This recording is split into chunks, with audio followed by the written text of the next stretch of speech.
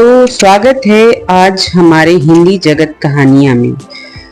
आइए आज की कहानी की और आदतें अच्छी या बुरी होती हैं।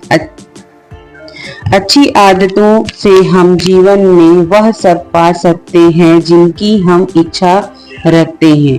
दूसरी तरफ बुरी आदतें हमसे सब कुछ छीनने की कोशिश रखती है और आदतें हजारों तरह की है, लेकिन अगर हम किसी भी आदत को जरूरत से ज्यादा दोहराते हैं तो वह बुरी आदत बन जाती है। जैसे खाना कोई बुरी आदत नहीं है, लेकिन ज्यादा खाना या खाते ही रहना एक बुरी आदत है। बोलना कोई बुरी आदत नहीं है, मगर ज्यादा या बेवजह बोलना एक बुरी आदत है। आज हम बड़ बोले विद्यार्थी की कहानी सेल्फ हेल्प स्टोरी से जानेंगे। इस आदत से होने वाले नुकसान और इससे छुटकारा पाने के तरीके। एक बार की बात है कि गुरु का एक शिष्य बहुत अधिक बोलने की आदत से परेशान रहता था। जब भी वह किसी से मिलने के बाद अपने दोस्तों के सामने उस व्यक्ति के बारे में अपने विचार देना शुरू कर देता, चाहे कोई उससे पूछे या नहीं। वह अपने आसपास की लगभग हर चीज के बारे में, आश्रम में रहने वाले लगभग हर छात्र और शिक्षक के बारे में अपनी राय बताता। उसकी अपनी सकारात्मक या नकारात्मक राय थी, जिसे वह बिना सोचे समझे लोगों के सामने रख देता। जब भी आश्रम में रहने वाला कोई अन्य छात्र उसके पास होता, कोई समस्या लेकर आता, तो वह उसकी बुरी बात सुनने बिना सलाह देना शुरू कर देता। वह अक्सर अपने दोस्तों से कहता रहता था कि तुम इस काम को करो या वह काम ऐसे ही करना चाहिए। उसे अपने आसपास की चीजों के बारे में भी जो भी आधा अधूरा ज्ञान था, वह बीच बीच में गपशप के दौरान बात करके उसे ध्यान का ढोंग करता था। उसकी इन्हीं हरकतों के कारण आश्रम के किसी भी छात्र का या शिक्षक कभी उसे गंभीरता से नहीं लेते। अक्सर उसके पास पढ़ने वाले छात्र उससे दूर रहने की कोशिश करते थे, क्योंकि वह उन्हें हर बात पर सलाह देता था। कोई नहीं चाहता था कि वह उसका दोस्त बने। हर कोई उससे दूर रहना पसंद करता था और अक्सर आश्रम में रहने वाले अन्य छात्र उसकी पीठ पीछे उसकी इन आदतों के लिए उसका मजाक उड़ाते थे। वह लड़का खुद भी जानता था कि उसके बहुत बोलने की आदत के कारण उसे कोई पसंद नहीं करता। वह भी इस आदत को बदलना चाहता था, लेकिन चाहकर भी वह हर बार अपनी राय देने की आदत नहीं छोड़ पाता था। एक दिन वह अपने गुरु के पास गया और अपनी सारी समस्या गुरु को बताई। गुरु ने कहा, बेटा, वही व्यक्ति जरूरत से अधिक बोलता है जो सोचता है कि वह सब कुछ जानता है। ऐसा व्यक्ति जो मानता है कि वह बहुत कम जानता है और अभी भी बहुत कुछ सीखना है, वह कभी भी अधिक नहीं बोलता और ना ही अपनी राय देता है। तो पहले अपने अंदर से यह अभिमान दूर करो कि तुम सब कुछ जानते हो। शिष्य के गुरु के सामने सिर झुकाया। गुरु ने कहा, बेटा, मैं एक दिन में आपकी बहुत ज्यादा बात करने की आदत एकदम से खत्म नहीं होगी। अगर आपको धीरे धीरे अपने अंदर से यह आदत खत्म करनी होगी, लेकिन मैं तुमको यह जरूर बता सकता हूँ कि तुम्हें किन मौके पर चुप रहना चाहिए ताकि तुम खुद को दुखी होने और किसी बड़ी परेशानी में पड़ने से बच सको। शिष्य ने गुरु की बात से सहमत होते हुए कहा, हाँ। मैं सिर हिलाया। गुरु ने कहा, बेटा, इन 5 अवसरों पर प्रत्येक व्यक्ति को अपना मुंह बंद रखना चाहिए। 1. जब आपको लगे कि आपकी बातों से कोई आपकी भावनाओं को नहीं समझ सकता, तो उस समय आपको चुप रहना चाहिए। अक्सर हम अपने दुख दर्द लोगों को बताना शुरू करते हैं, जबकि हमारे आसपास रहने वाले ज्यादातर लोगों को इन बातों से कोई फर्क नहीं पड़ता कि हमारे जीवन में क्या चल रहा है। हर व्यक्ति को केवल अपनी परवाह है। वह केवल अपने बारे में बात करना चाहता है, वह केवल अपने बारे में सुनाना चाहता है और उसे हमारे जीवन की परेशानियों की परवाह नहीं होती है। वह हमारे बारे में सुनना नहीं चाहता है। वह आपकी खुद दुखद कहानी एक या दो बार सुन सकता है, लेकिन उसके बाद वह आपसे दूर भागना शुरू कर देगा, क्योंकि कोई भी दुखी होना पसंद नहीं करता। किसी को भी एक उदास और असहाय व्यक्ति के साथ नहीं चाहिए होता है। इसलिए अपने कुछ करीब दोस्तों और परिवार के अलावा किसी को भी अपनी परेशानी कभी ना बताएं, क्योंकि अक्सर वे आपकी बातों को समझने के बजाय उनका मजाक उड़ाते हैं। दूसरा, जब आपको नहीं पता कि किसी विशेष अवसर पर क्या कहना है या आपको किसी विशेष घटना के बारे में केवल आधा अधूरा ज्ञान है, तो ऐसे अवसर पर भी आपको चुप रहना चाहिए। ऐसा व्यक्ति जो आधा अधूरा ज्ञान होने के बाद भी उस विषय पर बात करता है, वह अक्सर उपहास का पात्र बन जाता है।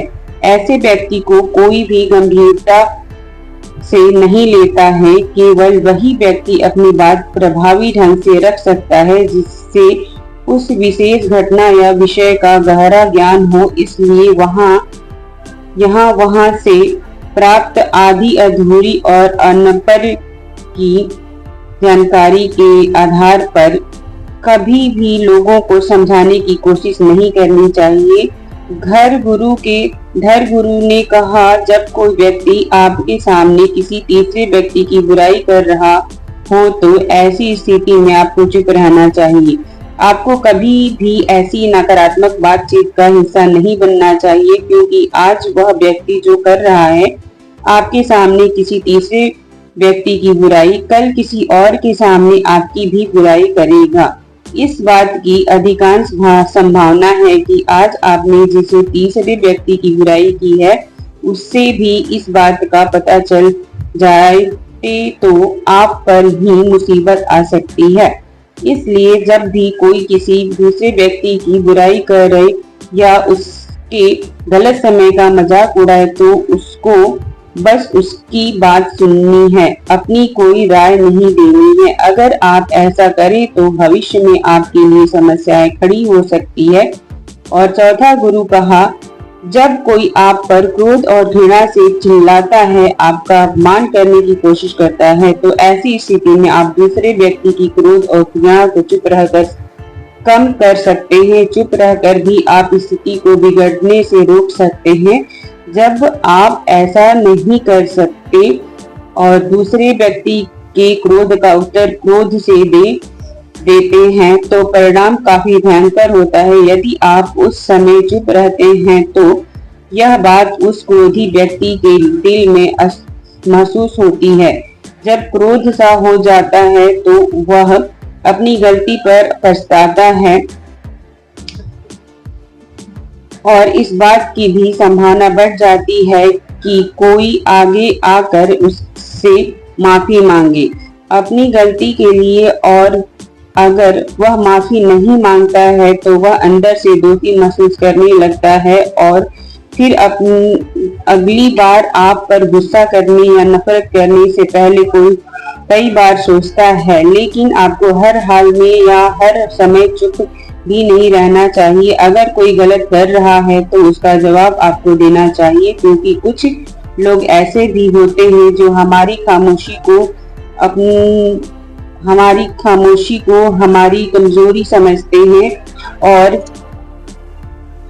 गुस्से में चुप रहने का यह तरीका केवल परिवार, करीब रिश्तेदार और कुछ करीब दोस्तों के लिए ही सही है, हर इंसान के लिए नहीं। अगर आप हर जगह खामोश रहने लगे तो इसका गलत इस्तेमाल भी हो सकता है। गुरु ने आगे कहा, पांचवा, जब कोई व्यक्ति अपने जीवन की कोई दुखद घटना या अपने जीवन की परेशानी साझा कर रहा हो तो ऐसे में आपको चुप रहना होगा और सिर्फ उसकी बातों को सुनना होगा।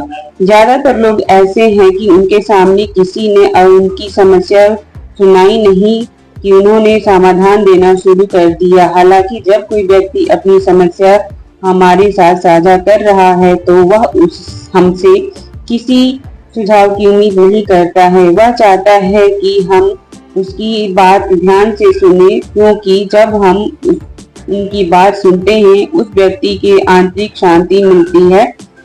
उसे लगता है कि कोई मेरी बातों को समझता है। और अधिकांश समय जब लोग अपनी समस्याओं को हमसे साझा करते हैं तो वे हमें केवल अपनी बात बताना चाहते हैं। वे हमें किसी से भी प्रकार की सलाह नहीं चाहते, क्योंकि वे पहले से ही सभी तरह की सलाह जानते हैं जो हम उन्हें देने जा रहे हैं। मुसीबत के समय किसी व्यक्ति को सांत्वना देने का सबसे अच्छा तरीका उस व्यक्ति की बात को ध्यान से सुनना, और जब हम बिना ध्यान दिए लोगों की बात को ध्यान से सुनते हैं बिना किसी सलाह के, तब उनकी आंखों में हमारे लिए सम्मान और स्नेह का भाव पैदा होता है। उन्हें लगता है कि हम आखिर गंभीर, बुद्धिमान और शांत दिमाग वाले लोग हैं। इसलिए जब भी कोई अगली बार आपको अपनी समस्या बताए तो बस उसकी बातों को ध्यान से सुनना, और जब तक वह आपसे ना मांगे उसे किसी प्रकार की सलाह ना दे। गुरु ने कहा, मेरी एक बात हमेशा याद रखना, जब आप कम बोलते हैं तो लोग आपकी और अधिक आकर्षित होते हैं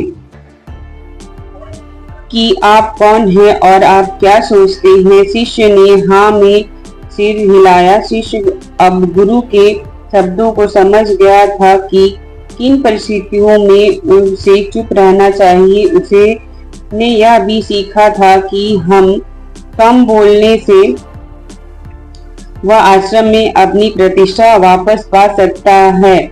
उसने गुरु को धन्यवाद दिया और वहां से चला गया। तो दोस्तों, अगर आप यह 5 स्टेप फॉलो करते हैं तो आपको पूरी दुनिया में पीछे छोड़ने वाला कोई नहीं होगा।